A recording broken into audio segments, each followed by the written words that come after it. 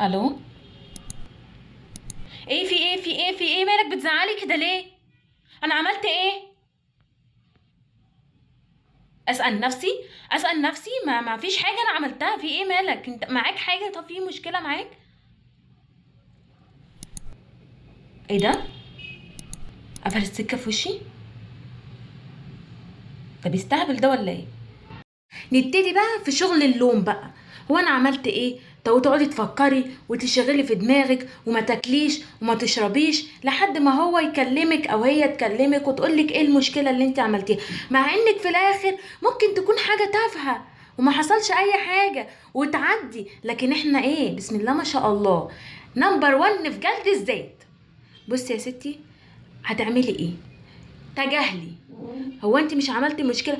الشخص لو بصي لما يبقى فيه مشكله دايره ما بينك وما بين شخص، ابعدي ابعدي ابعدي ابعدي. بعد كده لما الموضوع يهدى هتعرفي وترجعي تتكلمي معاه وهو هادي وتعرفي ايه المشكله. لكن تشتغلي الزن على الودان ده ما بياكلش عيش، هتتفشكل بجد. سواء مع اي حد في العالم هتتفشكل.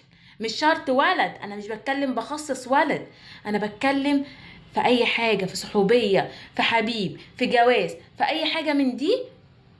التجاهل، التجاهل هو احسن حاجة في الحياة. باي باي.